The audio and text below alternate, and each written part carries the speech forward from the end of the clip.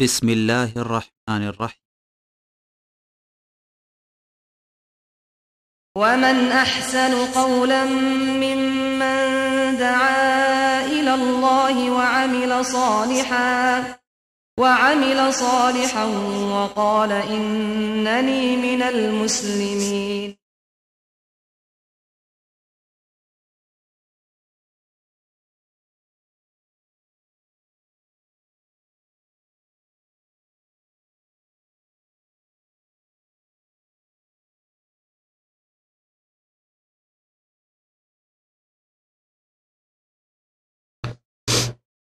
السلام عليكم ورحمة الله وبركاته. إن الحمد لله نحمده ونستعينه ونستغفره ونعوذ بالله من شرور أنفسنا ومن سيئات أعمالنا.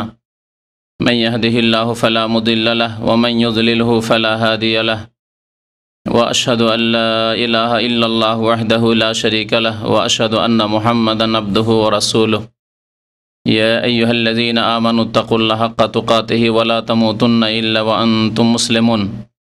يا أيها الناس اتقوا ربكم الذي خلقكم من نفس واحدة وخلق منها زوجها وبث منهما رجالا كثيرا ونساء واتقوا الله الذي تساءلون به والأرحام إن الله كان عليكم رقيبا.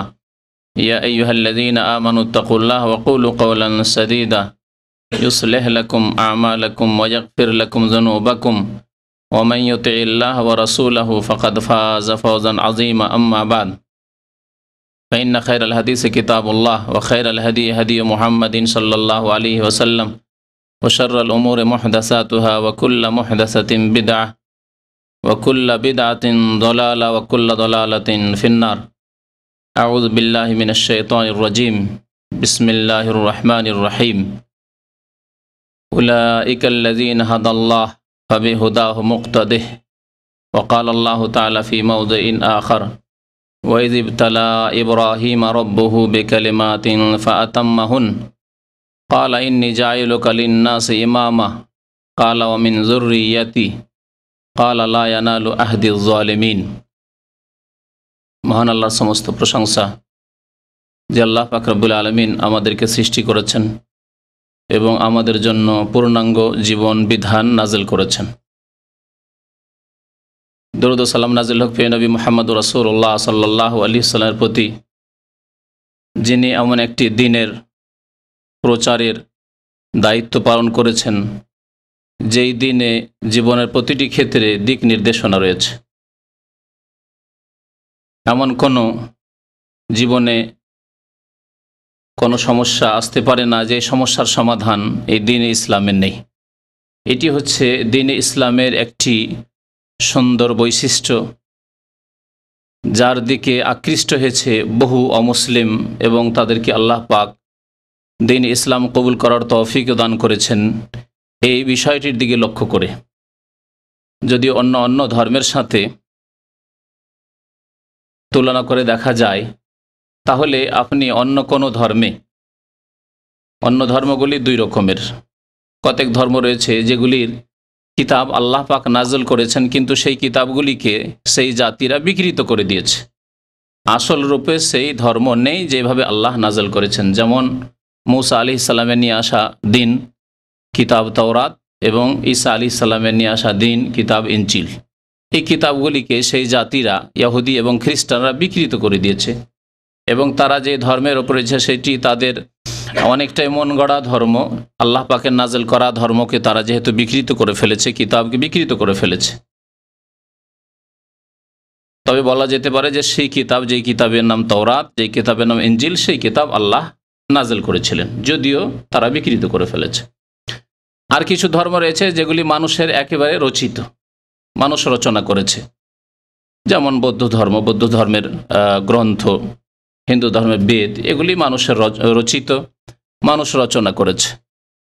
তো এই সমস্ত ধর্মগুলিকে একদিকে যদি মানুষ চর্চা করে দেখে যে এইসব ধর্মে মানব জীবনের সম্পর্কে কতটুকু দিক নির্দেশনা রয়েছে আর কতটুকু সমস্যার সমাধান দেওয়া হয়েছে, তাহলে দেখবেন যে সামান্য কয়েকটি উপাসনা আর বিশেষ কয়েকটি কথা কাজ ছাড়া আর তেমন কোনো দিক নির্দেশনা নেই।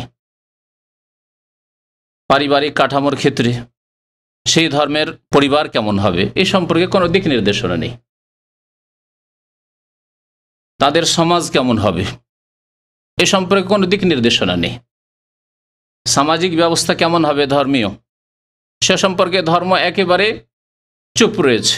ধর্মে কোনো রকমের দিক নির্দেশনা দেওয়া হয়নি। অর্থনীতির ক্ষেত্রে কোনো দিক নির্দেশনা নেই, হালাল হারাম জায়েজ না জায়েজ।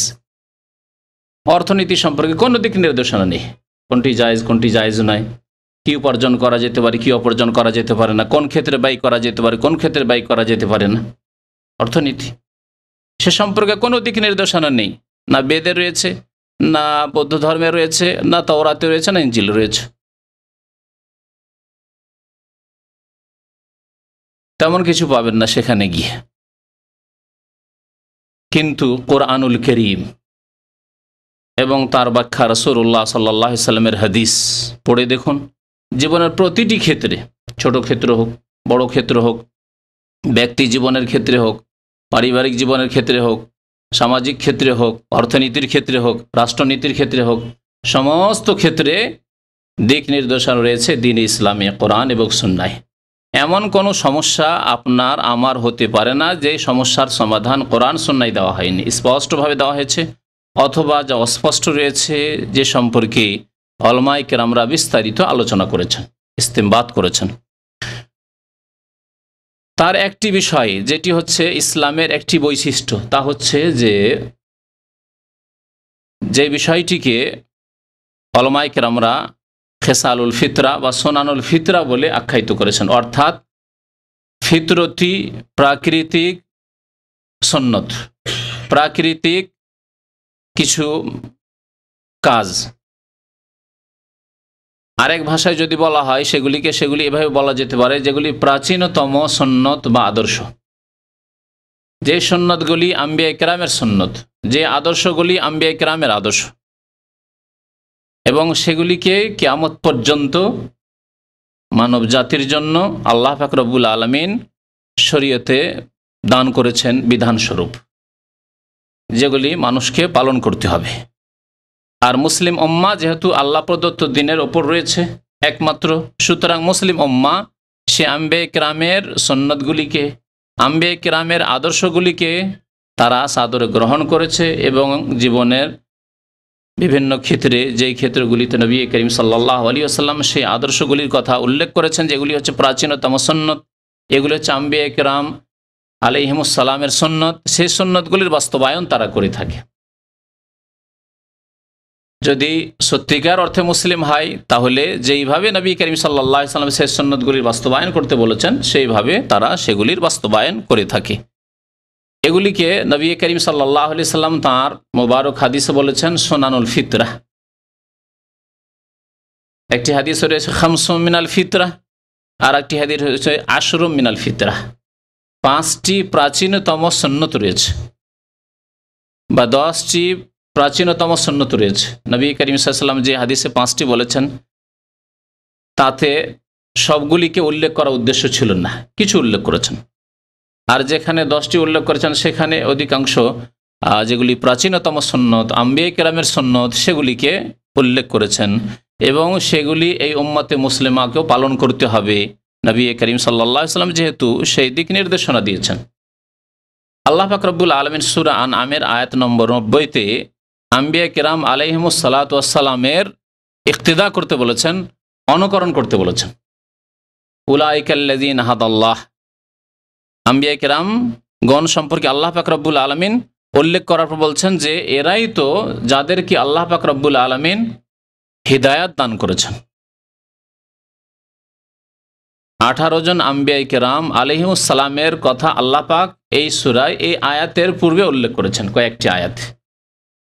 মোট 25 জন আম্বিয়া কেরাম আলাইহিমুস সালামের কথা আল্লাহ কোরআনুল কারীমে উল্লেখ করেছেন, তাদের 18 জনের কথা আল্লাহ পাক রব্বুল আলামিন এই সূরাতে উল্লেখ করেছেন। তারপর আল্লাহ বলছেন উলাইকা,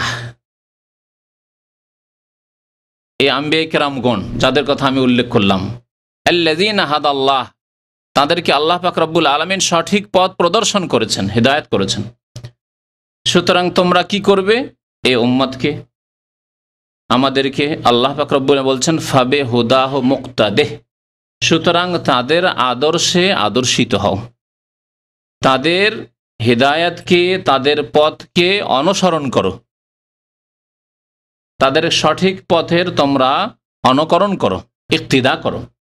তবে হুদাহু মুক্তাদে, তাদের তরিকা, তাদের আদর্শের তোমরা অনুকরণ করো। এইভাবে আল্লাহ পাক রব্বুল আলামিন আদেশ করেছেন আমাদেরকে যে আম্বিয়া কেরাম আলাইহিমুস সালাতু ওয়াস সালামের যেসব সুন্নত, যেসব আদর্শ নবী করিম সাল্লাল্লাহু আলাইহি সাল্লাম অনুমোদন দিয়েছেন, স্বীকৃতি দিয়েছেন এবং উম্মতকে সেগুলি করার আদেশ করেছেন, সেগুলি আমাদেরকে পালন করতে হবে। এই কথা এই জন্যই বললাম যে হতে পারে যে আম্বিয়া কেরামের এমন কিছু আদর্শ রয়েছে যেগুলি নবী করিম সাল্লাল্লাহু আলাইহি ওয়াসাল্লাম আমাদেরকে করতে বলেননি, সেগুলি আমাদের জন্য সুন্নত নয়।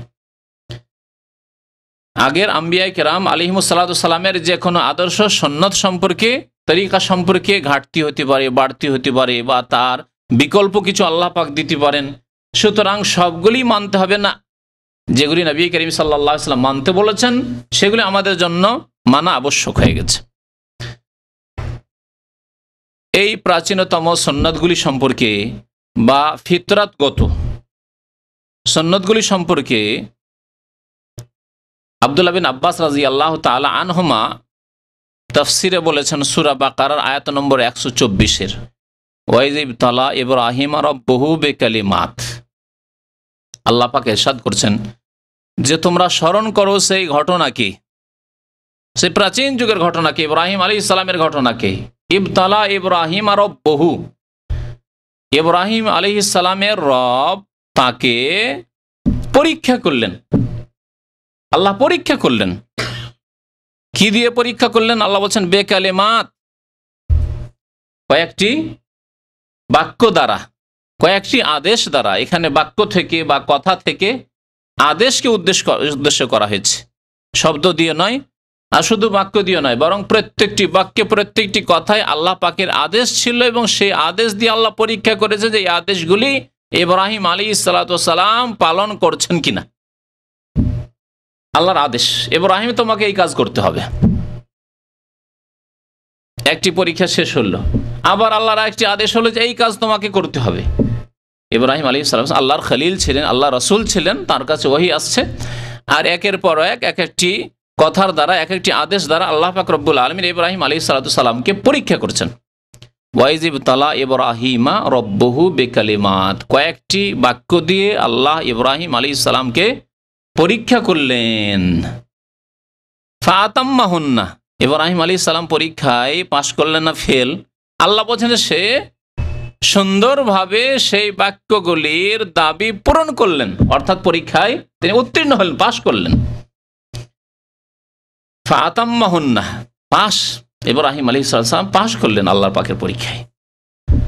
যখন তিনি পাশ করে নিলেন পরীক্ষায়, আল্লাহর আদেশ হলো পালন করলেন, আদেশ হলো পালন করলেন, আদেশ হলো পালন করলেন। আল্লাহ বলছেন কালা ইন্নী জাইলুকা লিন্নাসি ইমামা। আল্লাহ বলছেন ইব্রাহিম আলাইহিস সালামকে যে হে ইব্রাহিম, আমি তোমাকে সারা বিশ্বের মানুষের জন্য ইমাম বানাতে চাই। ইমাম মানে হয় নেতা, ইমাম মানে হয় অনুসরণীয় ব্যক্তি। তোমাকে এমন এক ব্যক্তিত্বতে আমি পরিণত করতে চাই যে সারা বিশ্বের মানুষ কিয়ামত পর্যন্ত তোমার অনুসরণ করবে। এই যে আদেশগুলি তুমি পালন করলে, এই আদেশগুলির ক্ষেত্রে তুমি একা নও, বা শুধু তোমার জামানার বা তোমার উম্মতের লোকেরাই নয়, এমনকি মুহাম্মদুর রাসূলুল্লাহ সাল্লাল্লাহু আলাইহি সাল্লাম আসবেন শেষ রাসূল হয়ে সারা বিশ্বের মানুষের জন্য, এবং যারা তার দাওয়াতে সাড়া দিবে, অর্থাৎ মুসলিম মুমিন হবে, তারাও তোমাকে ইমাম মেনে নেবে, অর্থাৎ তোমার এই বিষয়গুলির ক্ষেত্রে অনুকরণ করবে। কালা ইন্নী জাইলুকা লিন্নাসি ইমামা, আমি সারা বিশ্বের মানবতার জন্য তোমাকে ইমাম বানাতে চাই, তোমাকে নেতৃত্ব দিতে চাই, তোমাকে পেশওয়া বানাতে চাই। পেশ ইমাম করে আমাদের মানুষের পেশ ইমাম বুঝে, তাই না, মসজিদের ইমামকে। তো তোমাকে আমি সারা বিশ্বের মানুষের জন্য অনুসরণীয়, অনুকরণীয় ব্যক্তি বানাতে চাই। ইব্রাহিম আলাইহিস সালাম তো নিজে ইমামত পেয়ে গেলেন, দ্বীনের ইমামত, আল ইমামাত ফিদ্দীন, এ হচ্ছে ধর্মীয় ইমামত, নেতৃত্ব। সারা বিশ্বের মানুষ কিয়ামত পর্যন্ত তার অনুসরণ করবে। কত ক্ষেত্রে যে ইব্রাহিম আলাইহিস সালামের আমরা অনুসরণ করি, হজ থেকে শুরু করে, কাবা ঘরের তওয়াফ থেকে শুরু করে, সাফা মারওয়া সাই থেকে শুরু করে, আর আপনার কি বলে কোরবানি থেকে শুরু করে, বাকি যেগুলি সুনানুল ফিতরা বলবো সেগুলিও, যে 10টি ফিতরাতের কথা, প্রাচীনতম সুন্নতের কথা উল্লেখ করবো সেগুলিও, সেই ক্ষেত্রেও আল্লাহ পাক রব্বুল আলমিনের নিয়ামত। আল্লাহ তাকে ইমামত দান করছেন, নেতৃত্ব দান করছেন। তিনি শুধু নিজে ইমামত পাবেন আর অন্যকে ভুলে যাবেন, নিজের সন্তান সন্ততিদেরকে, আগামী প্রজন্মকে ভুলে যাবেন না। চট করে আল্লাহর কাছে দোয়া করছেন, কাল আমিন যুররিয়াতি, আমাকে তো আল্লাহ ইমামত দিলে, কিন্তু আল্লাহ আমি চাই যে আমার সন্তানদেরকেও দেওয়া হোক, আমার সন্তানদেরকেও দিনের ইমামত নেতৃত্ব দেওয়া হোক। কাল আমিন যুররিয়াতি। আমাদের এখানে শিক্ষণীয় বিষয় রয়েছে। আমরা নিজের জন্য দোয়া করব এবং আমাদের সন্তান সন্ততি ছেলে মেয়েদের জন্য দোয়া করব। হ্যাঁ, তাদের ছেলে মেয়েদের জন্য দোয়া করব। আগামী প্রজন্ম কিয়ামত পর্যন্ত যারা আসবে, আমাদের বংশধর, তাদের জন্য দোয়া করব যে আল্লাহ তাদেরকেও সৎ করো। আমি শুধু নামাজি হইলাম, আমার ছেলে মেয়ে নামাজি হলো, আগামী প্রজন্মে আর নামাজ নেই, দিন নেই, ইসলাম নেই, এমন যেন না হয়। সাথে সাথে আল্লাহ পাকের কাছে বিনা বিলম্বে, যেমনই আল্লাহ বলছেন যে তোমাকে ইমাম বানিয়ে দিচ্ছি, বলছেন অমিন যুররিয়াতি, আমার ছেলেদেরকে আল্লাহ ইমামত দান করেন। আল্লাহ পাক রব্বুল জবাব বলছেন, কাল লা ইয়ানালু আহদিজ জালিমিন, তোমার পরে ইমামত শুধু তাদেরকে দেব যারা তোমার আদর্শের উপর অটল থাকবে। পক্ষান্তরে যারা জালেম হয়ে যাবে, পাপ করে, অন্যায়ের পথ অবলম্বন করে, আল্লাহর আদেশের বিরুদ্ধাচরণ করে, রাসূলুল্লাহ সাল্লাল্লাহু আলাইহি সাল্লামের বিরুদ্ধাচরণ করে যারা পাপের পথ নেবে, যারা শিরকের পথ নেবে, যারা বিদাতের পথ নেবে, যারা বেনামাজি হওয়ার পথ নেবে, যারা গুনাহের পথ নেবে, যারা ফাসিকি কাজের পথ নেবে, তারা হচ্ছে জালেম। আল্লাহ বলছেন যে লা ইয়ানালু আহদিজ জালিমিন, আমার এই সম্মান, আমার এই যে নেতৃত্ব যে দান করব, এই নিয়ামত জালেম পাবে না, জালেম পাবে না। যে আল্লাহ এবং রাসূলের নাফরমানি করবে তাদেরকে দুনিয়ায় দিনের ইমামত দেওয়া হবে না। তারা সৎ অনুসরণীয় ব্যক্তি নয়, অসৎ। যদিও জাহেল মূর্খ সমাজ, শিরক বিদাতের সমাজ তাদের অনুসরণ করে থাকে, কিন্তু আল্লাহ পাক রব্বুল আলমিনের পক্ষ থেকে তাদেরকে এই দিনের ইমামত দেওয়া হয়নি। তাদের কাজে আল্লাহ পাক রব্বুলের বরকত রাখেনি। এই কয়েক বছর সময় মানুষের বয়স যা শেষ হয়ে গেলে আল্লাহর আযাবে নিমজ্জিত হবে, অপদস্থ হবে আল্লাহ পাক রব্বুলের দরবারে। এখন আসেন সেই প্রাচীনতম সুন্নত বা আম্বিয়া কিরাম আলাইহিমুস সালাতু ওয়াস সালামের সুন্নতগুলি আপনাদের সামনে উল্লেখ করি। একটি সুন্নত হচ্ছে খাতনা করা। খাতনা করা, খাতনা করা যাকে আমাদের দেশের মানুষরা বলে মুসলমানি করা। মুসলমানি করা এই কথাটি আমাদের দেশে হয়তো হিন্দুদের পাশাপাশি বাস করার কারণে এসেছে, যে ওরা খাতনা করে না আর আমরা খাতনা করি, তো এই খাতনা করে চিহ্নিত হয় যে আমরা মুসলমান, সেই জন্য হয়তো নামটি পড়েছে, এটা হতে পারে। শুধু এখানেই ক্ষান্ত হয়নি, বরং এক শ্রেণীর লোকেরা মনে করে যে যেই দিন খাতনা করা হলো, আর যারা ওস্তাদগুলি যে আসে খাতনা করার জন্য, আসে না ওস্তাদগুলি, গ্রামে গ্রামে গিয়ে শহরে শহরে ওস্তাদ, এলাকা ভাগ করা আছে তাদের। বাংলাদেশে যেমন পীরেরা এলাকা ভাগ করে রেখেছে, যে এই গ্রাম হচ্ছে আমার, এই গ্রাম হচ্ছে আমার মুরিদান, ওই গ্রাম, ওই শহর, ওই অঞ্চল হচ্ছে আমার মুরিদান, এই ভাগ করে রেখেছে। তো ওই রকমই এই ওস্তাদগুলিও ভাগ করে রেখেছে, খাতনা করা ওস্তাদগুলি। এই খাতনা করা ওস্তাদেরা অনেকেই এইরকম মনে করে যে এই চামড়া না কাটলে মুসলমান হয় না। আর এইরকম মূর্খ মুসলিমদের এইরকমই ধারণা, আকীদা ঠিক নেই, শিরক বিদাত করে, কবর মাজারে সিজদা করে, বিদাত করে, নামাজ পড়ে না, কিন্তু যেহেতু চামড়া কাটা হয়ে গেছে, খাতনা হয়ে গেছে, মনে করে মুসলমান হয়ে গেছে। বাঙালি সমাজের মূর্খ মুসলমান দুটি কাজকে মুসলমান হওয়া মনে করে, একটি হচ্ছে এই খাতনা করা, আর একটি হচ্ছে গরুর গোস্ত খাওয়া। পাশাপাশি এমন লোকদের সাথে বাস করার কারণে যে যারা গরুকে গোমাতা বলে এবং তার পূজা করে, তাদের দেবী, সেই দেবীকে যারা খেতে পারে, আর দেবীকে খেয়ে ফেললাম তার মানে তো মুসলমান হয়ে গেলাম। এক মনে করে জাহেল মূর্খ সমাজ, আর এক মনে করে যে আমরা খাতনা করে নিলাম আর ওরা করেনি, সুতরাং মুসলমান হয়ে গেলাম, আর এর নাম মুসলমানি। এই মুসলমানের নামটি অন ইসলামিক কথা, আসলে এটি মুসলমানি না, এটি হচ্ছে খাতনা। নবী সাল্লাল্লাহু আলাইহি ওয়াসাল্লাম খেতান বলেছেন। আর এটি ইসলামের এমন একটি কাজ, এ সম্পর্কে ইখতিলাফ রয়েছে উলামায়ে কেরামের, আইম্মায়ে কেরামের ইখতিলাফ রয়েছে যে এটি ওয়াজিব কাজ না সুন্নত কাজ, দুটি মত রয়েছে। কিছু আইম্মায়ে কেরামদের নিকটে এটি হচ্ছে ওয়াজিব, আর অধিকাংশ আইম্মায়ে কেরাম বলছেন যে এটি হচ্ছে সুন্নাতে মুআক্কাদা, ছাড়লে গুনাহগার হবে কিন্তু ইসলাম নষ্ট হয়ে যাবে না। কেউ যদি খাতনা না করে গুনাহগার হবে, এবং তার আর সেই পেশাবের রাস্তার মধ্যে পেশাব থেকে যাওয়া আসার সম্ভাবনা রয়েছে, সাবালক হয়ে যাওয়ার পরে বীর্য মজি ইত্যাদি থেকে যাওয়ার সম্ভাবনা রয়েছে, সেই জন্য তার নাপাকির আশঙ্কা বেশি রয়েছে। আর নাপাকি থেকে যায় যদি, তাহলে তার এবাদত বন্দিগের মধ্যে সর্বোত্তম এবাদত, সর্বশ্রেষ্ঠ এবাদত নামাজ তার কবুল হবে না, এসব বিষয় রয়েছে। কিন্তু খাতনা না হইলেই যে মুসলমান হবে না তা নয়। একজন লোক কলেমা পড়ে নিয়েছে আজকে, খাতনা হবে 6 মাস পরে বা 3 মাস পরে, তাই কি সে মুসলমান হয়নি? অবশ্যই মুসলমান। তো এটি মুসলমানই নয়, এটি হচ্ছে খাতনা করা। তবে খাতনা করা সুন্নাতে মুআক্কাদা অথবা ওয়াজিব, সুতরাং খাতনা অবশ্যই ছাড়া যাবে না। আর এই খাতনার সময়কাল যত বাল্যকালে করবেন তত ভালো উলামায়ে কেরামদের নিকটে। যদি এটা 7 দিনে করে নিতে পারেন সবচেয়ে ভালো, আর না হলে যে কোনো সময় বাল্যকালে করে নিলে এতে কষ্টও কম হবে শিশুর, এবং তার সাথে সাথে আপনার তাড়াতাড়ি শুকিয়ে যাবে, বেশি সময় লাগবে না। তারপরে বড় হয়ে অনেক সময় খাতনা করলে এর বিভিন্ন রকমের ক্ষতির দিক রয়েছে। আমরা দেখেছি 8 বছর 10 বছরের ছেলে খাতনা করার জন্য জানে যে আজকে খাতনা হবে, কোথায় লুকিয়েই গেছে, খুঁজেই পায় না, ওস্তাদ এসে খুঁজেই পায় না তাকে।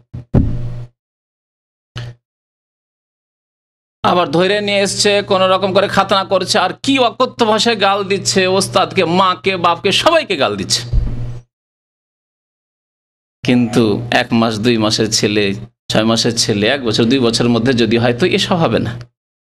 এছাড়াও বহু ক্ষতির দিক রয়েছে, যেহেতু এতে আর বেশি সময় লাগানো যাচ্ছে না, তাই এখান থেকে শেষ করছি। তো খাতনা করা, নবী করিম সাল্লাল্লাহু আলাইহি ওয়াসাল্লাম বলেছেন যে এটি একটি ফিতরাতের কাজ, এটি হচ্ছে প্রাচীন সুন্নত। কেমন প্রাচীন সুন্নত শুনুন, সহিহ বুখারীতে হাদিস রয়েছে যে ইব্রাহিম আলাইহিস সালামকে আল্লাহ যেসব পরীক্ষা করলেন তার একটি পরীক্ষা ছিল যে ইখতাতানা ইব্রাহিম আলাইহিস সালাম ওয়া উমরুহু 80 সানাহ, 80 বছর বয়সে, বৃদ্ধ বুড়া মানুষ। 80 বছরের মানুষ আজকাল বাঁচে না, সাধারণত খুব কমই পাবেন সমাজে। 80 বছর বয়সে আল্লাহ পরীক্ষা করছেন, সারা জীবন পরীক্ষায় চলছে। আগুনে ফেলার পরীক্ষা হইল, কত রকমের যে পরীক্ষা হলো। 80 বছর বয়সে বৃদ্ধ মানুষকে বলা হচ্ছে যে তুমি তোমার খাতনা করো। খাতনা করবে কে? নিজের খাতনা। যদি এরকম সাহস থাকে আর যদি মানুষ করতে পারে যে আমার খাতনা আমি করতে পারবো, তাহলে ইব্রাহিম আলাইহিস সালামের সুন্নত এটি। উলামায়ে কেরাম এই বিষয়টি নিয়ে আলোচনা করেছেন, কিন্তু সঠিকভাবে হইতে হবে এবং তার সাহস থাকতে হবে। ইব্রাহিম আলাইহিস সালাম নিজের হাতে কাদ্দুম রয়েছে হাদিসে, বিল কাদ্দুম, কোলাড়ি নিলেন, আর নিয়ে একবারের আঘাতে খাতনা করিয়ে ফেললেন। আল্লাহু। তো ইব্রাহিম আলাইহিস সালামের এটি হচ্ছে সুন্নত, প্রাচীন সুন্নত। তো খাতনা বাল্য জীবনে বাচ্চাদের করে নিতে হবে, এই একটা খাতনার বিষয়। দ্বিতীয় বিষয় হচ্ছে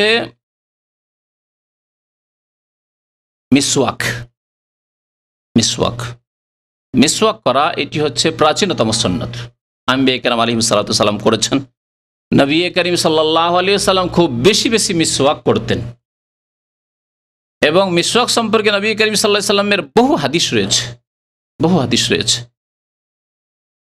মিসওয়াক সম্পর্কে নবী করিম সাল্লাল্লাহু আলাইহি ওয়াসাল্লাম একটি হাদিস বলেছেন, লাউলা আন আশুক্কা আলা উম্মতি, আমার উম্মতের জন্য যদি কষ্টকর বিষয় না হতো তো আমার তহম বিসওয়াক, তাদেরকে মিসওয়াক করার বাধ্যতামূলক আদেশ করতাম। মিসওয়াকের আদেশ তো রয়েছে, কিন্তু এখানে আমি তাদেরকে আদেশ করতাম, মানে তাদের উপর ওয়াজিব, ফরজ করে দিতাম।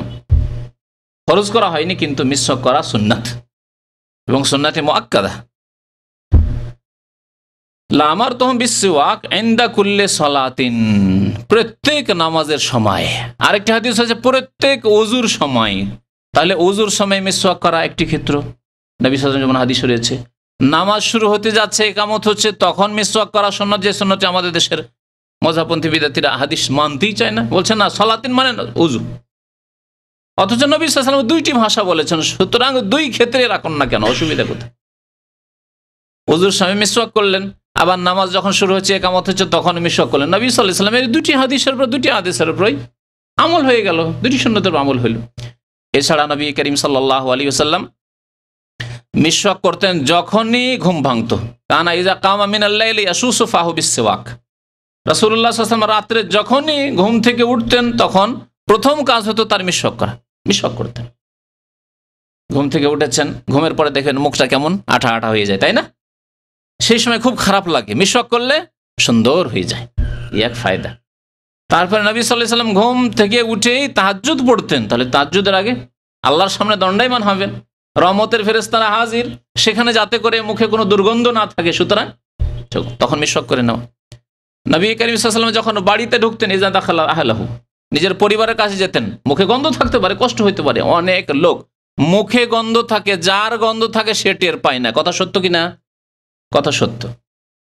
কয়েকদিন আগে এক ভাই এসছেন, এত মুখে দুর্গন্ধ, আল্লাহু আকবার, যা আমার বরদাস্ত হচ্ছে না, কিন্তু সে হয়তো টের পায় না, ভালো মানুষ। আর কাছে এসে কথা বলছে, আরো কষ্ট লাগছে, বড় লজ্জায় পড়ে গেলাম, কিভাবে বলি তাকে।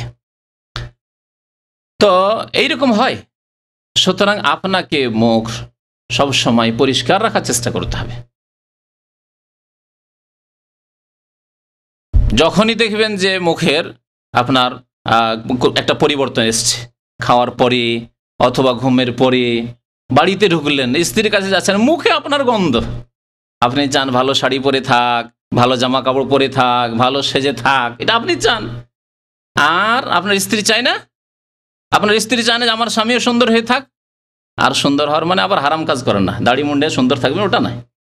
হারাম কাজ করে সুন্দর নয়, ওটা সুন্দর নয়, ওটা সুন্দর নয়, বরং পুরুষত্বকে হারিয়ে দিয়ে নারীত্ব অবলম্বন করা। কারণ পুরুষত্বের প্রমাণ হচ্ছে, আর পুরুষত্ব হচ্ছে যে তার দাড়ি থাকবে।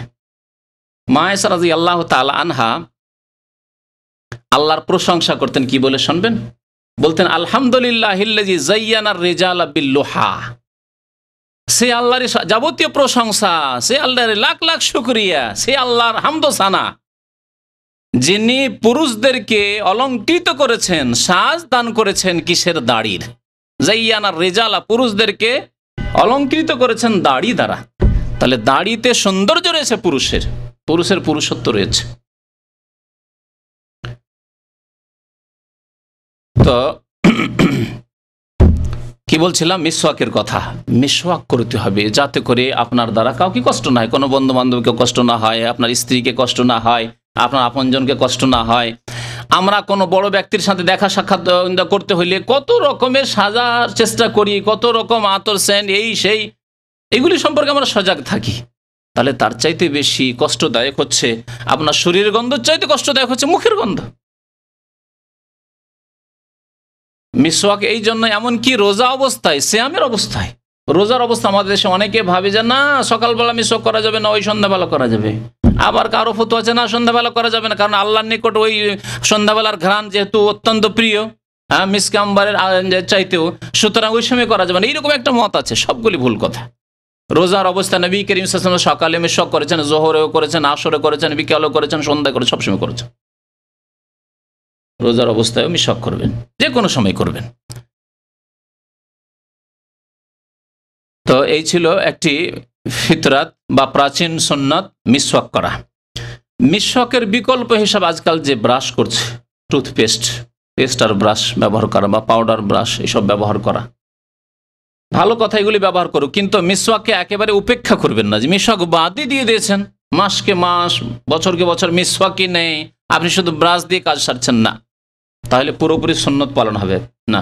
কারণ মিসওয়াক দিয়ে যে উপকারিতা রয়েছে, আপনার দাঁতের উপকার রয়েছে, আপনার মাড়ির উপকার রয়েছে, তারপরে যেভাবে পরিষ্কার পরিচ্ছন্ন হবে, তা ব্রাশ দিয়ে হবে না।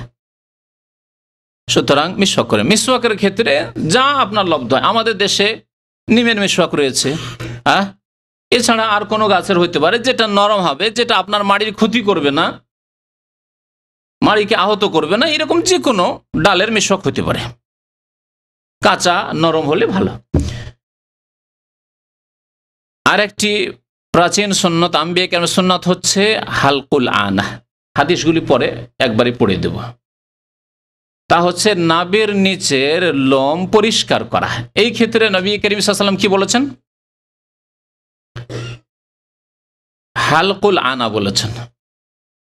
হালাক মানে হচ্ছে মুন্ডন করা, হালাক মানে হচ্ছে মুন্ডন করা, আর আনা মানে হচ্ছে নাভির নিচে যে লোম থাকে। নাভির নিচের অর্থ একবার নাভির নিচেই থেকে জরুরি না। এই ক্ষেত্রে উলামায়ে কেরামরা এই হাদিসের ব্যাখ্যা বলেছেন যে লজ্জা স্থানের চারিদিকে যে লোম থাকে তা হচ্ছে আনা, সেটা পরিষ্কার করতে হবে।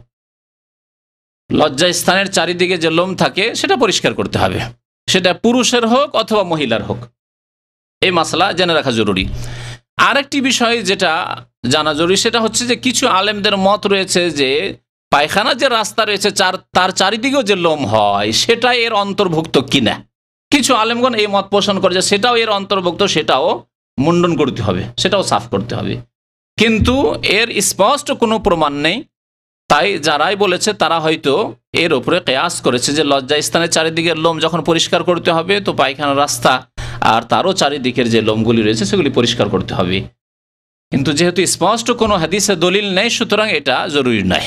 জরুরি বা সুন্নতে মুআক্কাদা সেটা হচ্ছে যে লজ্জা স্থানের চারিদিকে যে লোমগুলি রয়েছে সেগুলি পরিষ্কার করতে হবে। এটি হচ্ছে নবী করিম সাল্লাল্লাহু আলাইহি সাল্লামের হাদিসের অর্থ। আর তা মুন্ডন করার কথা নবী করিম সাল্লাল্লাহু আলাইহি সাল্লাম বলেছেন। আজকালকার জামানা উন্নত হয়েছে, মুন্ডন না করে যদি এই ক্ষেত্রে ক্রিম ব্যবহার করে, সে পুরুষ হোক অথবা মহিলাই হোক, ক্রিম ব্যবহার করে এবং তাতে মুন্ডনের কাজ হয়ে যায় বা তার চাইতে ভালোভাবে কাজ হয় তো কোনো অসুবিধা নেই, এবং স্বাস্থ্যগত কোনো অসুবিধা না থাকে তো কোনো অসুবিধা নেই, তার দ্বারাও ইনশাআল্লাহ তাআলা এই সুন্নত আদায় হয়ে যাবে। 4 নম্বর বিষয় হচ্ছে নাতফুল ইবত, বগলের নিচের লোমগুলি নাতফ বলেছেন। এই ক্ষেত্রে হালাক বলেননি নবী করিম সাল্লাল্লাহু আলাইহি সাল্লাম। নাতফ মানে হচ্ছে ছিঁড়ে ফেলা, উঠিয়ে ফেলা বা উপড়িয়ে ফেলা। তো নাতফ এটি হচ্ছে নবী সাল্লাল্লাহু আলাইহি সাল্লামের আদেশ। এই আদেশের ওপর যদি আমল করা সম্ভব হয়, আর আজকালকার অধিকাংশ মানুষ এর ওপর আমল করে না বা করতে পারে না, কারণ প্রথম এই ক্ষেত্রে অভিজ্ঞতা, প্রথম কষ্ট হবে, কিন্তু যদি আপনি এতে অভ্যস্ত হয়ে যান তাহলে এটা একেবারে দুর্বল থাকবে, সুতরাং পরে আর কষ্ট হবে না।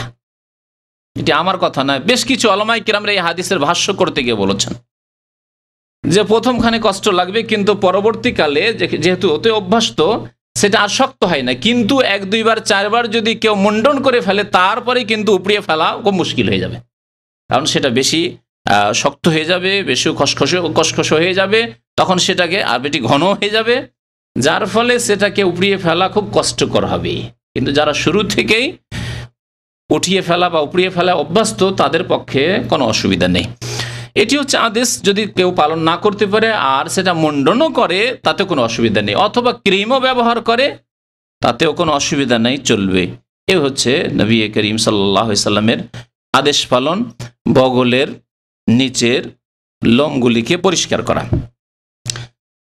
5 নম্বরের আদেশ হচ্ছে তাকলিমুল আজফার, অর্থাৎ নখ কাটা। এই ক্ষেত্রে নখকে কি করতে বলা হয়েছে? কাটতে বলা হয়েছে। এটি হচ্ছে আম্বিয়ায়ে কেরামগণের সুন্নত, এটি হচ্ছে নবী করিম সাল্লাল্লাহু আলাইহি সাল্লামের আদেশ, এই হচ্ছে সাহাবায়ে কেরামের আদর্শ, এই হচ্ছে সাহাবিয়াত রাদিয়াল্লাহু আনহুম আজমাইন তাদের আদর্শ।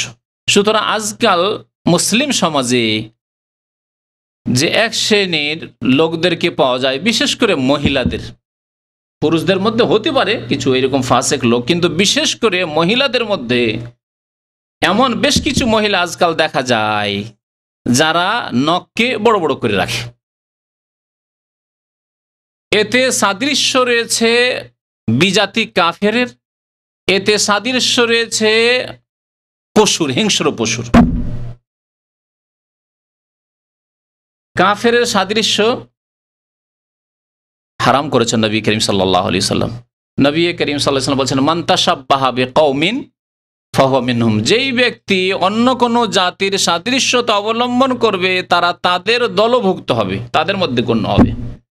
তাহলে কেউ যদি দেখে যে কোনো কাফের মহিলা, ইহুদি, খ্রিস্টান, হিন্দু প্রচার মাধ্যমে আসছে, টিভিতে দেখছি বা ঘরের টিভি আছে, ইন্টারনেটে দেখছি, আর এই বড় বড় নখ দেখতে খুব ভালো লাগছে, কারণ আপনার ফিতরাত, ফিতরাত বলা হয়েছে, ফিতরাত আপনার প্রকৃতি বিকৃত হয়ে গেছে।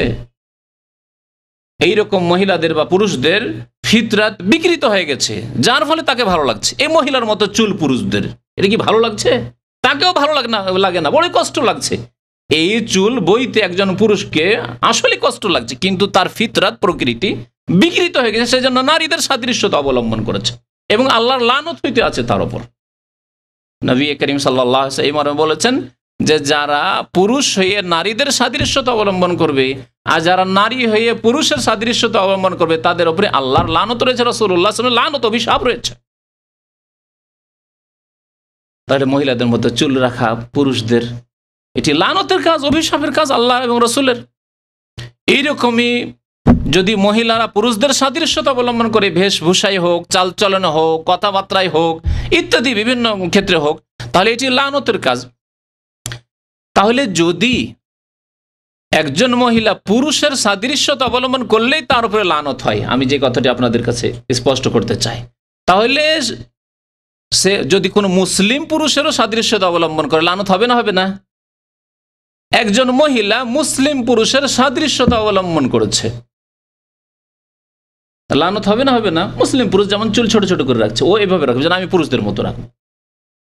হ্যাঁ, মুসলিম পুরুষরা প্যান্ট শার্ট পরছে, মহিলা প্যান্ট শার্ট পরে, তাহলে লানত হবে না? হবে না? জি। তাহলে যখন এতে লানত হবে, আচ্ছা ওই রকমই লেবাস পোশাকের ক্ষেত্রে পুরুষদের যেগুলি পোশাক রয়েছে, বললাম অন্য পোশাকও হইতে পারে, পাঞ্জাবি পায়জামা হইতে পারে, আর কিছু হইতে পারে, লুঙ্গিও হইতে পারে, যেগুলি যে সমাজে পুরুষদের পোশাক সেগুলি পরলে লানত হয়ে যাবে, যদিও মুসলমানের। তাহলে কেউ যদি কাফেরদের সাদৃশ্যতা অবলম্বন করে তার উপর লানত হবে না? হবে না? মহিলারা কাফেরদের অনুকরণ করে নখ বড় করে রাখছে, তার এটি লানত, অভিশাপের কাজ। তারপরে হিংস্র পশু, বিড়াল, কুকুরের মতো, বাঘের মতো নখ, এগুলিকে নখ কাটে কোনো সময়? কুকুর, শৃগাল, বিড়াল এসব নখ কাটে কি? কাটে না। আর এই মহিলাও নখ কাটে না, বড় করে রেখেছে। হিংস্র পশুর নখের প্রয়োজন আছে, কারণ সে শিকার করে খাবে, এই নখ দিয়ে ধরবে, হ্যাঁ, তার নখ আছে, তার নখ কাটানোর আল্লাহ দায়িত্ব দেয়নি। আর আল্লাহ এই মুসলিম মহিলাদেরকে নখ কাটতে বলছে, এরা নখ কাটছে না, তাহলে হিংস্র পশুরও সাদৃশ্যতা রয়েছে, এটিও গুনার কাজ এবং নিকৃষ্ট নোংরা কাজ। নিজে থেকে সে চতুষ্পদ জন্তু হতে চায়। আল্লাহ বলছেন উলাইকা কাল আনআম বাল হুম আযাল, যাদের বিবেক বুদ্ধি থাকা সত্ত্বেও, নখ কাটার ক্ষমতা থাকা সত্ত্বেও, শরীয়ত তাদের জন্য আমি নাজেল করেছি, দিনের বিধান নাজেল করেছেন, তা সত্ত্বেও যদি হাইওয়ান চতুষ্পদ জন্তুর মতো, হিংস্র পশুর মতো হয়, কাল আনআম, এরা চতুষ্পদ জন্তুর মতো শুধু নয়, বাল হুম আযাল, বরং তার চাইতেও নিকৃষ্ট, নিকৃষ্ট তার চাইতে। সুতরাং আমি মুসলিম মহিলাদেরকে সাবধান করছি, মুসলিম মহিলাদেরকে সাবধান করছি, মুসলিম উম্মাতের দায়িত্বশীল স্বামীদেরকে সাবধান করছি, মুসলিম ভাইদেরকে সাবধান করছি যে তাদের বোনেরা, তাদের ভাতিজিরা, তাদের ভাগ্নিরা, তাদের স্ত্রীরা ইত্যাদি ইত্যাদি, তাদের মা খালারা নখ বড় করে রাখবে, আর আপনারা চুপ করে বসে থাকবেন, আপনারাও গুনায় শামিল হবেন। এরা নৌকো ছিদ্র করছে সমুদ্রে, আর সেই ছিদ্র নৌকাতে আপনি বসে আছেন, তারাও ডুবে ধ্বংস হবে আল্লাহর আযাবে, আর আপনিও ডুবে ধ্বংস হবেন, মনে রাখবেন। যেমন নবী করিম সাল্লাল্লাহু আলাইহি ওয়াসাল্লাম ওই হাদিসে বলেছেন, যেই সমাজে আপনি বাস করছেন, যেই পরিবারে বাস করছেন, অথচ তারা হারাম কাজ করছে, আপনি তাদেরকে নিষেধ করছেন না। আর আমি এইরকম বেশ কিছু, এই কথাটিকে এই জন্য আরো বলছি যে আমি জানি এমন ভাইদেরকে চিনি যাদের দাড়িও আছে, মাশাআল্লাহ, আর 5 ওয়াক্ত নামাজও পড়ে, আর তাদের স্ত্রীরা বড় বড় নখ রাখে, জানি। আশ্চর্য হয়ে যাবেন আপনি। তাহলে এরা স্বামী হিসাবে কি জবাব দেবে আল্লাহ পাক রব্বুল আলামিনের নিকটে? কুল্লুকুম মাসউলুন আন রাইয়াতিহি, প্রত্যেককে তার রাখালি সম্পর্কে কাল কিয়ামতে জিজ্ঞাসা করা হবে, জবাব দিতে হবে। কি জবাব দেবেন সেই দিন? তো নখ কাটতে হবে। 6 নম্বরের বিষয় হচ্ছে কাসসু শারিব, মোচ বা গোঁফ কে কি করা? কাস মানে ছাঁটা, ছোট করা, কাস মানে কাটার কথা বলা হয়েছে। তাহলে মুন্ডন করা নয়, সহি হাদিসে মুন্ডন করা নেই। তবে মোচের ক্ষেত্রে আছে আরো কয়েকটি শব্দ আছে। কাস আছে মানে কাটা, কাটা ছোট করেও কাটা হতে পারে, একটু বড় রেখেও কাটা হতে পারে। এই জন্য দেখা যায় কারো একটু বড় হয়ে আছে, কারো একটু ছোট হয়ে আছে, কেউ একেবারে হয়তো খুব ছোট করে রেখেছে, কেউ আবার রাখেইনি, মুন্ডনি করে দিয়েছে। মুসলিম সমাজে বিভিন্ন রকম অবস্থা দেখা যায়। এই ক্ষেত্রে আরেকটি শব্দ এসছে নবী করিম সাল্লাল্লাহু আলাইহি ওয়াসাল্লাম, তা হচ্ছে আনহেকুশ শাওয়ারিব ওয়াফুল্লোহা। ওয়াফুল্লোহা মানে দাড়িকে বাড়াও, এবং আনহেকু মানে খুব বেশি করে কাটো। আর আরেকটি হাদিস আছে আহফু, অর্থাৎ একেবারে ছোট করে দেওয়া, খুব বেশি করে ছাঁটা বা কাটা। তাহলে এই হাদিসগুলির আলোকে একেবারে ছোট করে রাখতে পারেন, কিন্তু কেচি দিয়েই কাটার কথা বলা হয়েছে, এগুলিতে মুন্ডন করার কথা বলা হয়নি। সুতরাং মুন্ডন করা সুন্নত নয়, বরং সুন্নত হচ্ছে মোচের ক্ষেত্রে কেচি ব্যবহার করা বা ছোট করা, যতটুকুই ছোট করেন। তবে কাফের সাদৃশ্য না হয়, এত বড় করে রাখবেন যে কাফেরদের, অগ্নিপূজকদের সাদৃশ্য। এক শ্রেণীর অমুসলিমরা রয়েছে যারা বড় করে রাখে।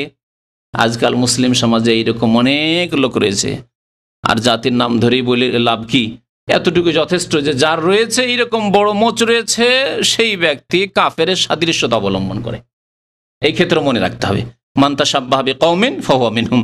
বিশেষ করে দাড়ি নেই আর তার সাথে মোচ এত বড়, বা দাড়ি আছে দাড়ি মোচ সমান আছে না, কিছু লোক এরকম দাড়ি নেই মোচ বড়, খুব পাক দিয়ে রেখেছে, আর না হলে দাড়ি মোচ সমান সমান, সাওয়া সাওয়া, একেবারে সমান। দাড়ি একেবারে না, দাড়ি রেখেছি কিছু, কিন্তু দাড়ি মোচ সমান। আবার এমন আছে বড় দাড়ি আর বড় মোচ, ওটাও ছেড়ে দিয়েছে, রবীন্দ্রনাথ ঠাকুরওয়ালা দাড়ি মোচ। হ্যাঁ, হিন্দুদের সাধুদের দাড়ি মোচ না, জায়েজ নয়, মোচ ছোট থাকতে হবে। সাহাবী আব্দুল্লাহ বিন উমর রাদিয়াল্লাহু তাআলা আনহুমা মিসওয়াক রাখতেন। তখনকার জামানায় তো এইরকম এত উন্নত মানের কেচি বা কাটার ব্যবস্থা তো ছিল না, আর সেলুনি বা কোথায়, আর নিজেই কাটত। তো মিসওয়াক রেখে দিয়ে কাটতেন তিনি। তাহলে চিকন মিসওয়াক রেখে দিয়ে যতটা থাকে এতটা রাখলে ঠিক আছে, কিন্তু এত বেশি থাকবে যেটা পানি খাওয়ার সময় আপনার, যদি আমাদের সবার এই ক্ষেত্রে একটা ফতোয়া আছে যে মোচের পানি হারাম, এটি হচ্ছে রাওয়াহু মুসলিমুন, মানে কি মুসলমানদের কথা। এর অর্থ হলো মুসলমানদের কথা, এটি কোরআন হাদিসের কথা না, মূর্খ মুসলমানদের কথা। রাওয়াহু মুসলিমুন জাহিলুন, মূর্খ মুসলমানদের কথা, মোচের পানি হারাম। বাকি কথা হলো যে এইরকম থাকবে না যে একবারে আপনার ঠোঁট চাইতে বেশি বেড়ে চলে আসছে, না, ওর চাইতে ছোটই থাকবে। তো এইভাবে মোচ থাকতে হবে। তো মোচ কাটাই হচ্ছে সুন্নত। ইমাম মালিক রহমতুল্লাহ আলাইহি মোচকে একেবারে মুন্ডন করাকে আপত্তিকর মনে করতেন। তিনি বলতেন না, এটা ঠিক নয়, এটা নিষিদ্ধ। তো নিষেধ করতেন তুমি শক্তভাবে। আর একটি বিষয় হচ্ছে প্রাচীনতম সুন্নত, আম্বিয়া কেরাম আলাইহিমুস সালাতু সালামের সুন্নত, তা হচ্ছে দাড়ি বাড়ানো, এফাউল লাহিয়া। নবী করিম সাল্লাল্লাহু আলাইহি সাল্লামের এই ক্ষেত্রে বহু হাদিস রয়েছে, আর সবগুলি আদেশ সূচক হাদিস। আদেশ করেছেন নবী করিম সাল্লাল্লাহু আলাইহি সাল্লাম। বলুন যে আল্লাহর নবী যদি আদেশ করেন, সে আদেশ পালন করা সুন্নত। ভাই বলছেন সুন্নত, সুন্নত মানে করতেও পারেন নাও করতে পারেন, সুন্নত মানে ছেড়ে দিলে কোনো গুনাহ নেই, এরকম কি না? যদি না পালন করেন তো গুনাহ হবে। আচ্ছা, তারপরে নবী করিম সাল্লাল্লাহু আলাইহি ওয়াসাল্লামের এটিও আদেশ যে তোমরা, সেই যুগে যেহেতু পাশাপাশি কাফের অগ্নিপূজক মজুসরা পারস্য দেশে বাস করতো, ইরানে অগ্নিপূজক ছিল, ওরা দাড়ি মুন্ডন করতো, দাড়ি কাটতো, দাড়ি মুন্ডন করতো। নবী সাল্লাল্লাহু আলাইহি ওয়াসাল্লাম বলছেন খালিফুল মজুস, তোমরা অগ্নিপূজকদের বিরোধিতা করো। তারপরে ভারত উপমহাদেশ সম্পর্কে, হিন্দুদের সম্পর্কে নবী সাল্লাল্লাহু আলাইহি ওয়াসাল্লামের কাছে জানা ছিল তার, তাই তিনি বলেছেন আরেকটি হাদিসে খালিফুল মুশরিকিন, মুশরিক যারা অগ্নিপূজক মুশরিক হোক আর পৌত্তলিক হিন্দু মুশরিকই হোক, তাদের বিরোধিতা করো। ফাইন্নাহুম ইয়াহলিকুনা লিহাহুম, কারণ তারা দাড়ি মুন্ডন করে, তোমরা মুন্ডন করবে না। তাহলে নবী করিম সাল্লাল্লাহু আলাইহি ওয়াসাল্লাম এই আদেশগুলি পালন করা জরুরি নয় কি? অবশ্যই জরুরি। আর আমার এই বিষয় সম্পর্কে একটা 1.5 ঘন্টার একটা বক্তব্য আছে, দীর্ঘদিন আগের বক্তব্য আছে, যে ভাইরা এই বিষয়ে আর এর চাইতে বেশি জানতে চান, তাদের জন্য যথেষ্ট তাদের দলিল প্রমাণ কোরআন হাদিস থেকে রয়েছে। সুতরাং দাড়ি সম্পর্কে জানার জন্য ওই বিষয়টি আপনারা শুনবেন, আশা করি বিস্তারিত জানতে পারবেন। তাহলে দাড়ি প্রাচীনতম সুন্নত। আম্বিয়া কেরাম আলাইহিমুসসালাতু ওয়াসসালাম সবাই দাড়ি রাখতেন। এমন কোন ব্যক্তি দেখান আম্বিয়া কেরামদের অনুসারী সাথী, আরে রাসূলুল্লাহ সাল্লাল্লাহু আলাইহি ওয়াসাল্লামের সাহাবায়ে কেরাম তো বাদ দেন, ঈসা আলাইহিস সালামের কোন সাথী, মুসা আলাইহিস সালামের সাথী, ইব্রাহিম আলাইহিস সালামের সাথী, নূহ আলাইহিস সালামের সাথী সঙ্গী সাহাবী, তাদের মধ্যে এমন কেউ ছিল যার দাড়ি ছিল না? দেখাতে পারবেন? কোথাও পাবেন না। দাড়িতেই রয়েছে সৌন্দর্য। আসলে পুরুষদের সৌন্দর্য রয়েছে দাড়িতে রয়েছে। এছাড়াও দাড়িতে বহু উপকারিতা রয়েছে। আমাদের আমি এক মাস্টারের কাছে ইংলিশ পড়েছিলাম, তো বেশ শিক্ষিত মাস্টার ছিলেন উনি। তো উনি অনেকগুলি উপকারিতা, মেডিকেল উপকারিতা, দুনিয়ার পার্থিব উপকারিতা বর্ণনা করেছিলেন। তার মধ্যে দাঁতের উপকারিতা, মাড়ির উপকারিতা, তার বিভিন্ন ক্যান্সার থেকে বাঁচা, তারপরে স্কিন ডিজিজ যেগুলিকে বলা হচ্ছে যে চামড়া রোগ, চর্মরোগ থেকে হেফাজত, ইত্যাদি ইত্যাদি বহু। এই যে আপনার ব্লেড চালিয়ে এগুলি একেবারে খুব ক্ষতিগ্রস্ত হয়ে যায়, এই মুখমণ্ডল ক্ষতিগ্রস্ত হয়ে যায়। দুনিয়ার দিক দিয়েও দেখলেও ফায়দা রয়েছে, আর আল্লাহ পাক এবং তার রাসূলের প্রত্যেকটি বিধানে দুনিয়ারও ফায়দা রয়েছে আর আখিরাতেরও ফায়দা রয়েছে, এতে কোনো সন্দেহ নেই। আল্লাহর নবী শুধু পরলৌকিক কল্যাণ নিয়ে আসেননি, দুনিয়ারও কল্যাণ নিয়ে এসেছেন। তাই দুয়াই ছিল, রব্বানা আতিনা ফিদ দুনিয়া হাসানা ওয়া ফিল আখিরাতি হাসানা, আল্লাহ আমাদেরকে দুনিয়ারও মঙ্গল দান করো, ওয়া ফিল আখিরাতি হাসানা, আখিরাতেরও কল্যাণ দান করো, ওয়া কিনা আযাবান্নার, জাহান্নামের আযাব থেকে আমাদেরকে রেহাই দান করো।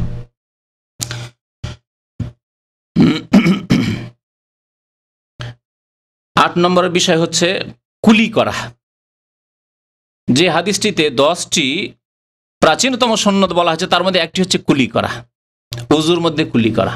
জি,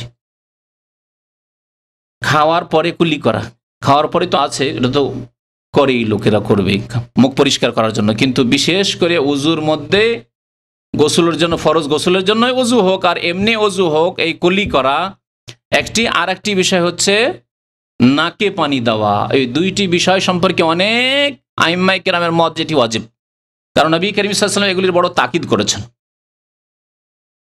যখন তুমি ওযু করবে, নবী সাল্লাল্লাহু আলাইহি ওয়াসাল্লাম একটি হাদিস বলে, ইযা তাওয়াদ্দাতা, যখন তুমি ওযু করে ফামাজমেজ, অবশ্যই কুলি করবে। একজন মুসলিম 5 ওয়াক্ত নামাজ পড়ে, কমপক্ষে 5 বার কি করে? ওযু করে, তাহলে 5 বার কুলি করে।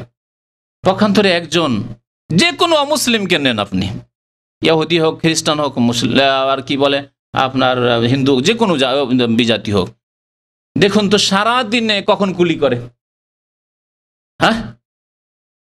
শোয়ার সময় তো করে না, খাওয়ার পর একটু করলো, না করলো তো মুখটা ধুয়ে নির্বাস হয়ে গেল। আজকাল তো আবার ফ্যাশন শুরু হয়েছে টিস্যুতে মুছে নেওয়া, তো ওটাও হয়তো হয় না। চামচে খাওয়া, তাহলে ওটাও তো হয় না। চামচে খেলো, হাতে তো কিছু লাগলো না, মুখে একটু মুছে নিলে হয়ে গেল, তাহলে খাওয়ার পরেও তো কুলি হলো না তাদের। আচ্ছা, হয়তো ভোরে উঠে একটু মুখে পানি দিল তো দিল, না তো চোখে পানি দিয়ে বেরিয়ে গেল, কাজই করবে, ঠিক না? তাহলে দেখেন একজন অমুসলিম কত অপরিষ্কার অমুসলিম, আর একজন মুসলিমকে দেখুন, আল্লাহর বান্দাকে দেখুন, যে 5 বার আল্লাহ ফরজ করে তার জন্য মুখমণ্ডল, যেগুলি দিয়ে যে কোনো জার্ম, যে কোনো জীবাণু আক্রমণ করতে পারে, অ্যাটাক করতে পারে শরীরের উপরে, সেগুলি হচ্ছে হাত, না হয় মুখমণ্ডল, ঠিক না, না হয় পায়ের তলা দিয়ে কোনো জীবাণু আক্রমণ করতে পারে। সুতরাং এগুলিকে কি করা হয়েছে? ধুইতে বলা হয়েছে, হাত ধুইতে বলা হয়েছে।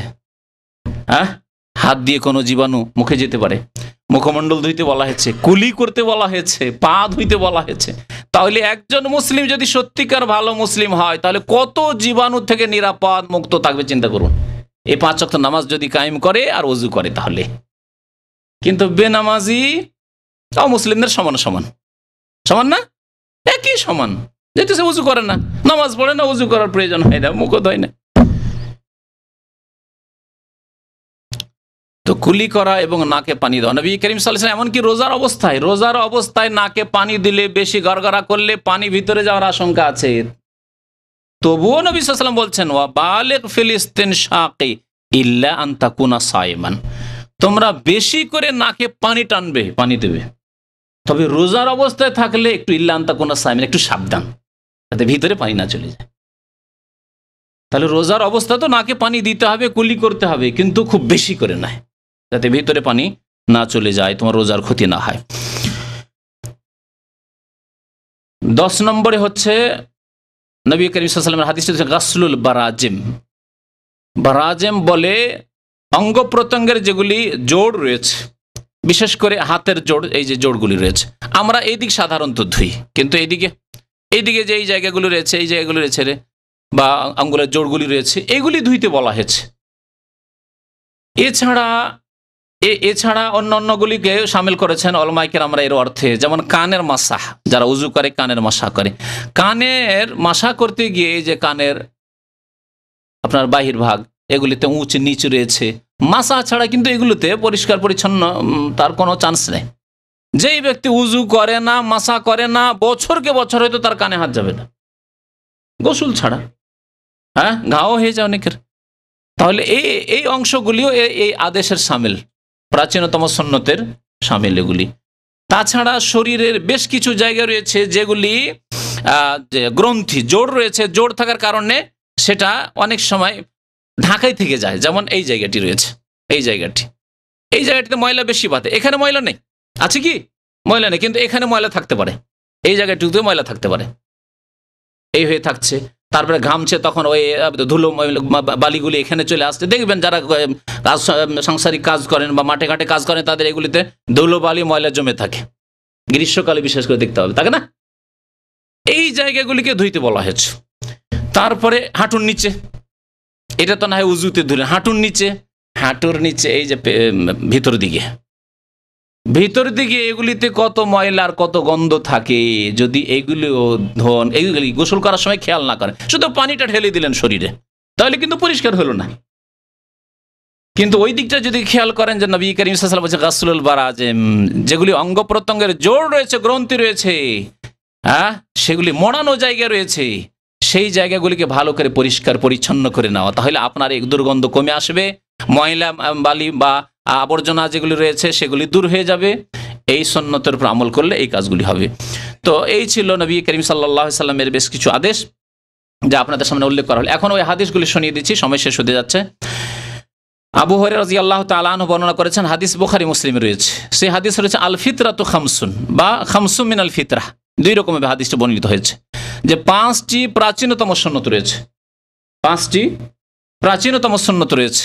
একটি হচ্ছে আল খেতান, খাতনা করা, ওয়াল ইস্তেহদাদ মানে ব্লেড ইস্তেমাল করা বা খুর ব্যবহার করা, অর্থাৎ নাভির নিচের লোম বা চুল পরিষ্কার করা, বিস্তারিত আলোচনা হয়ে গেছে। ওয়ানাতফুল ইবত এবং বগলের চুল উঠিয়ে ফেলা, ওয়া তাকলিমুল আজফার নখ কাটা, ওয়া কাসসুশ শারিব এবং মোচ ছোট করা, মুত্তাফাকুন আলাইহি।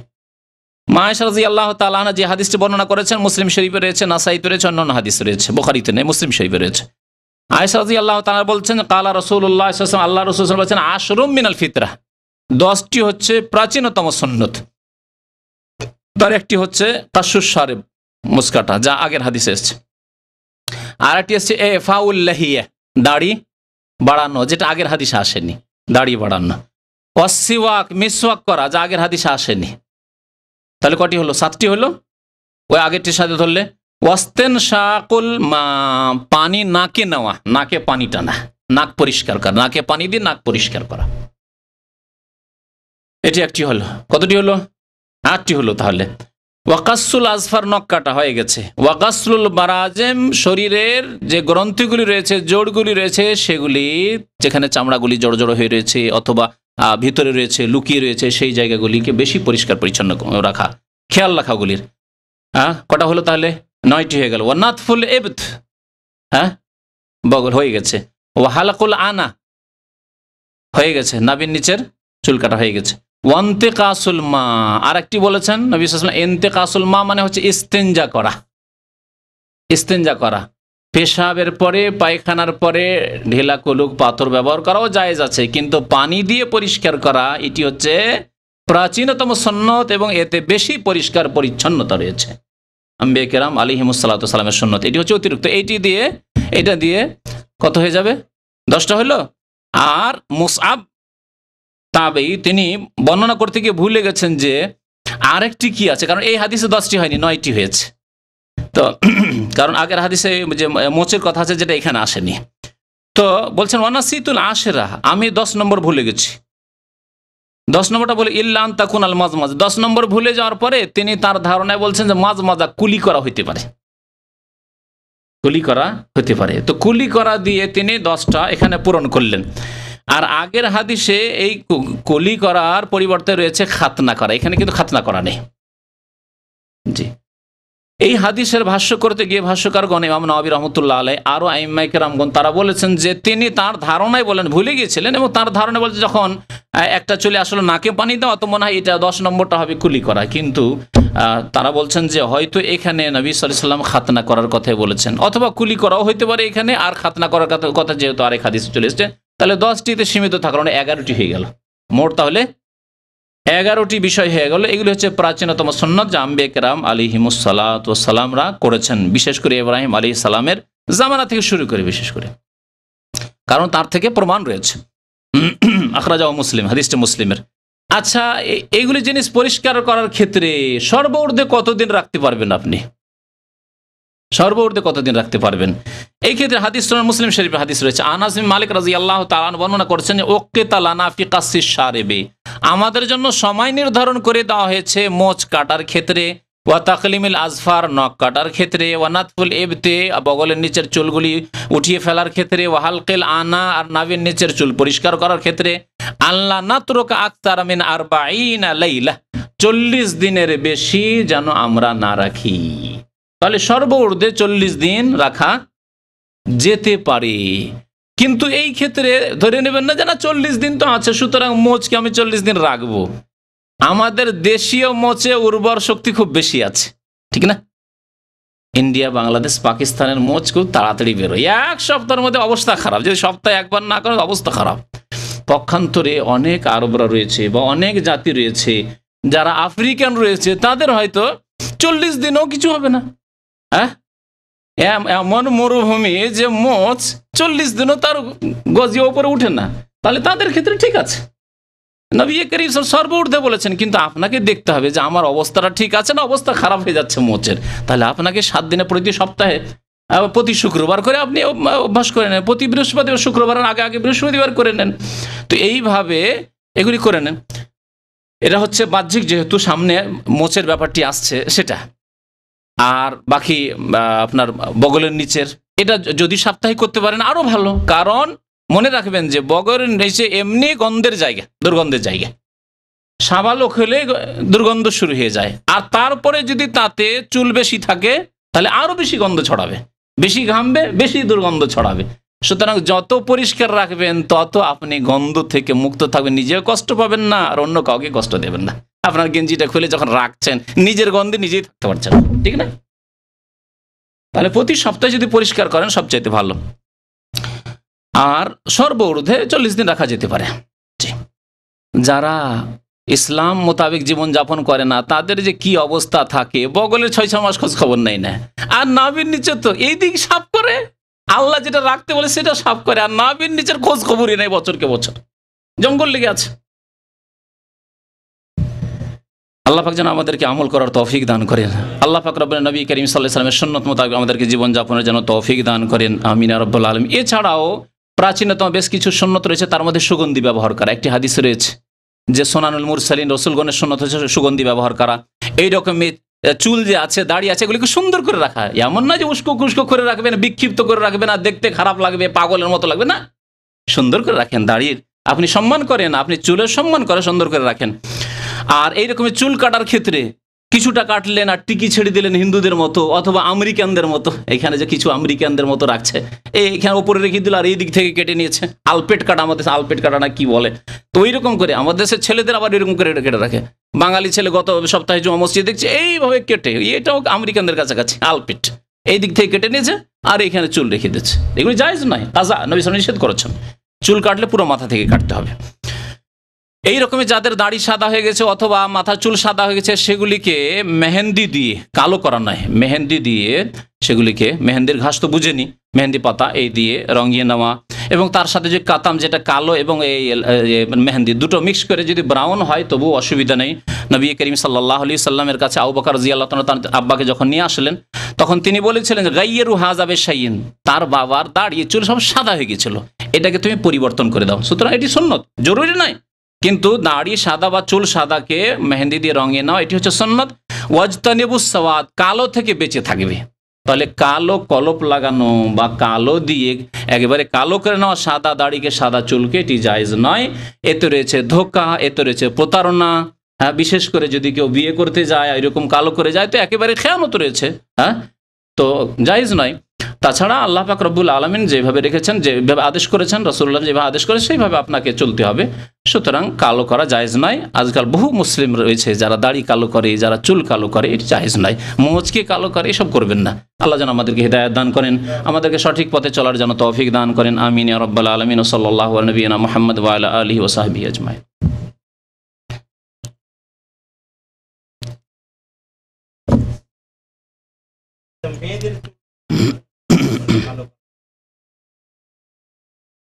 মানে মহিলা বয়সিকা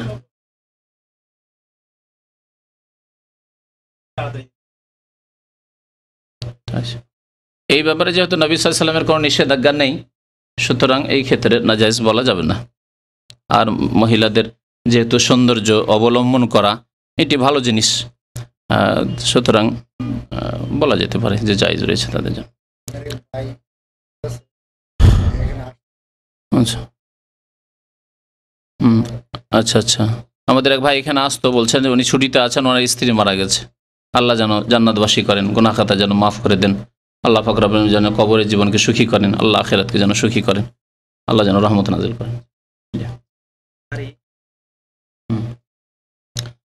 গালের ওপর, চেহারার ওপর যে দাড়ি রয়েছে সেটা দাড়ি, এটা চাচা করা জায়েজ নয়। একবারে এই দিক থেকে চাচতে চাচে নামিয়ে নিল, তারপরে নিচে থেকে যেটা আপনার গলার উপরে হালাকার উপরে আছে সেটা করা যেতে পারে, কিন্তু আপনার এটাকে এত হালকা করে শুধু এই হাড্ডিটার উপরে রাখলো, এই যে হাড্ডিটা রয়েছে এই হাড্ডির উপরে রাখলো চিকন করে, এটা জায়েজ নয়। জি, কিন্তু ওপর থেকে যে আমাদের দেশের এক শ্রেণীর আলেমরাও করে। মুশকিলটা হচ্ছে আমাদের দেশের আলেমগুলি ওপর থেকে চেঁচে এইভাবে রাখে, জায়েজ নয়। এটা মুখের উপরে যা আছে সব দাড়ি। জি,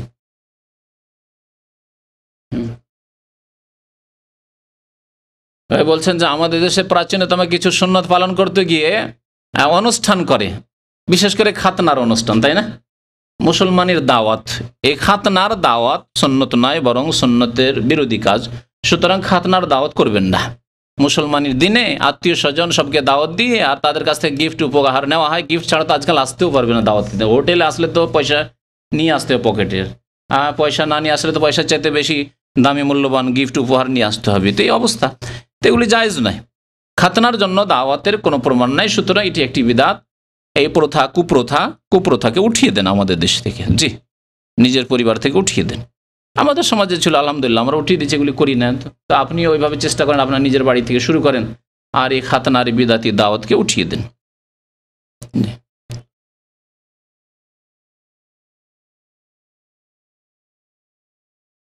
রসুল খোদমান আল্লাহ রসুল্লাহ, খোদা আল্লাহকে তারা বলে, খোদা শব্দটি ফার্সি।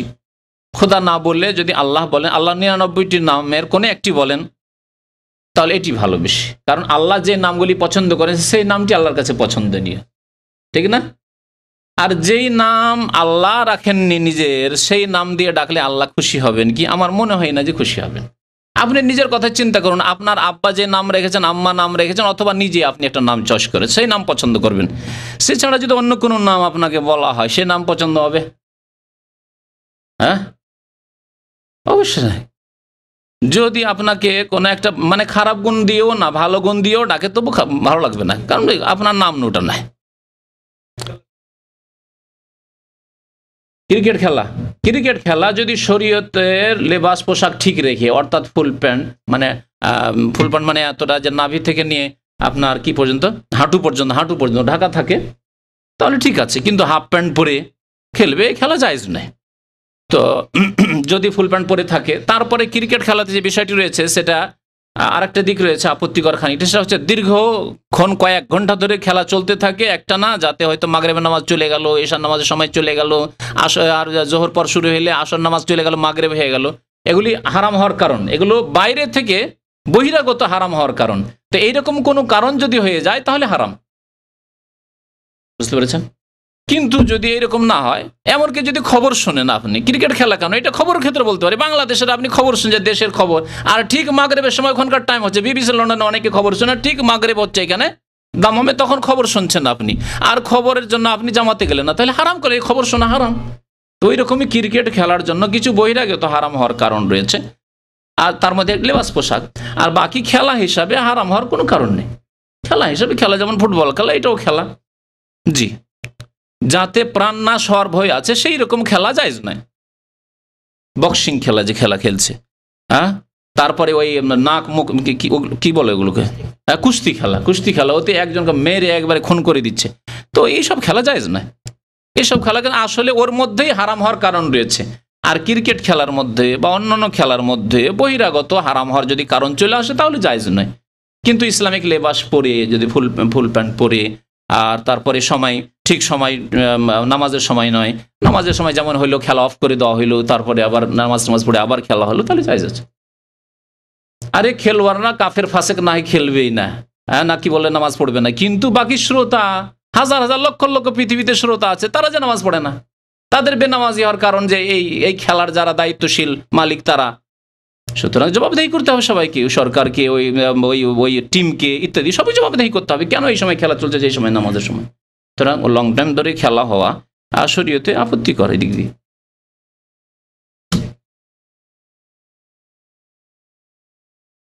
বলছে যে আমাদের দেশে খাতনা করার সময় আকিকা করার সময় খাতনা করে না, খাতনার সময়, খাতনার সময় মানে কখন? 7 দিনে খাতনা করলে তো ঠিক আছে।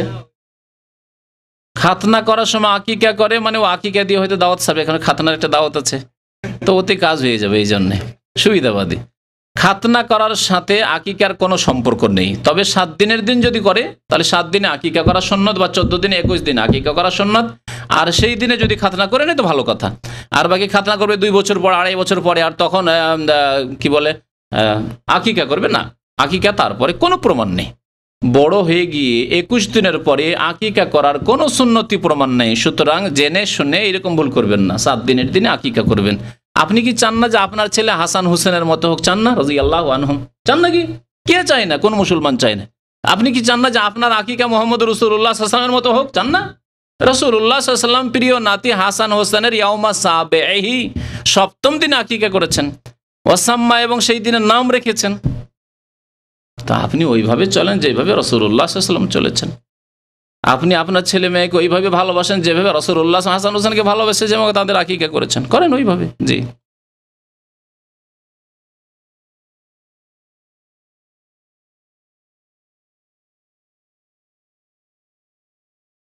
বলছেন যে মোহাম্মদ রাসূলুল্লাহ সাল্লাল্লাহু আলাইহি ওয়াসাল্লামের নাম শুনলে আমাদের দেশে অনেকেই বৃদ্ধ আঙ্গুলে চুমন দেয়। হ্যাঁ হ্যাঁ, আচ্ছা, চোখে লাগিয়ে তারপর চুমন দেয় না, আগে চুমন দিয়ে চোখে লাগায়? আলহামদুলিল্লাহ, বিদাতীদের থেকে দূরে থাকাই ভালো, না জানাই ভালো। তবে মানুষকে সাবধান করার জন্য জানা জরুরি হয়ে যাচ্ছে। দেখেন, কথা হচ্ছে এটি বিদাত, তাদের ভ্রান্ত ধারণা যে এইরকম করলে বৃদ্ধাঙ্গুল দিয়ে চোখের জ্যোতি বাড়বে। জি, এটি জাল কথা, এটি হচ্ছে জাল কথা যা তারা ধর্মের নামে বর্ণনা করে, মিথ্যা কথা, সহিহ হাদিস নয় এটি। এইরকম আশহাদু আন্না মুহাম্মদ রাসূলুল্লাহ আজানে শুনলেও তারা বৃদ্ধ আঙ্গুল চুমন দেয়, সবগুলি জাল কথা, বিদাত এগুলো।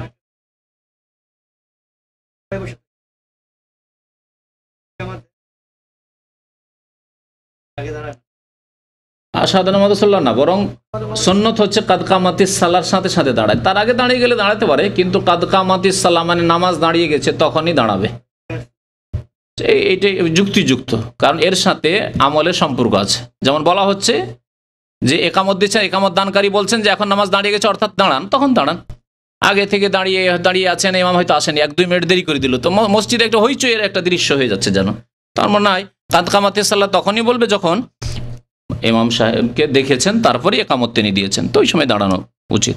এই মসজিদে একেবারে সুন্নত বিরোধী কাজ দেখি যে খতিবের খুতবা শেষ হয় না, দুয়াতেই আছে, আর হইচই করে আগের দিকে যাওয়ার জন্য দৌড় দিচ্ছে। দেখেন এই দৃশ্য দেখেছেন কি?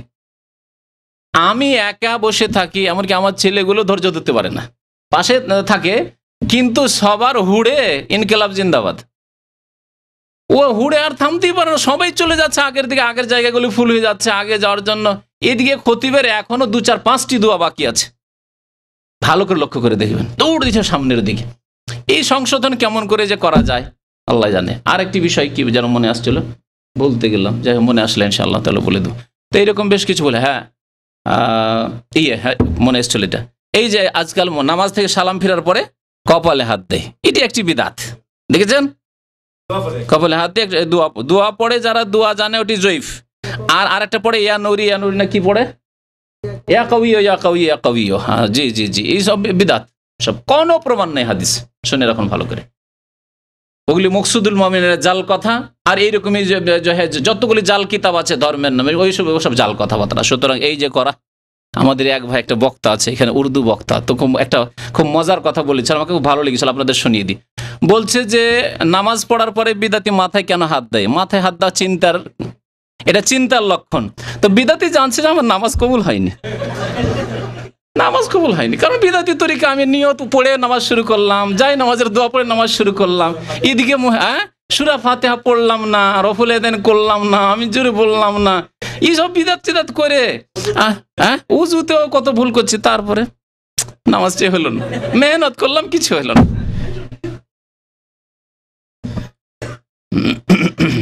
সাল্লাল্লাহু আলা নবিয়িনা মুহাম্মদ ওয়া আলা আলিহি ওয়া সাহবিহি আজমাইন।